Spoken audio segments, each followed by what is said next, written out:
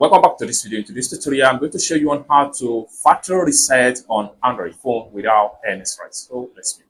But before we dive into the tutorial, if you find this tutorial useful and you are very new to this channel, remember click on that subscribe, turn on the notification bell for more useful tutorial on Android. So with that being said, let's get started. So the very first thing you need to do is to head over to your main menu. So I'm going to click on here to open my main menu. Then the next thing you want to do here is to navigate to settings. So I'm going to click on my settings right here. Then take you to this particular page. Next thing you want to do is to simply scroll down. Then you have to navigate to backup and reset.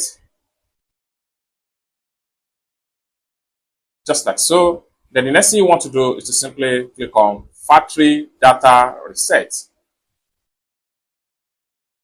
Then take you to this particular page. Now you need to know the fact that once you reset the factory format of your phone, so you are going to lose the Google account on the phone, and then system and data settings is going to be erased, downloaded apps is going to be erased, then music is going to be erased, photo is going to be erased, and other users data is going to be erased, including your Gmail, Facebook account, and your WhatsApp account, etc. You can scroll down and see more apps that is going to be reformatted on your Android phone. So by doing this, you are going to take your phone back to a new Android version, which means that maybe you want to sell your phone or you want to give some of your phone out to someone else. You can do this to format everything, and it's as simple as that. So basically, this is how to factory reset or factory format of your Android phone without any stress. I hope you really got value for this video. If you find this video useful, give this video a big like, and also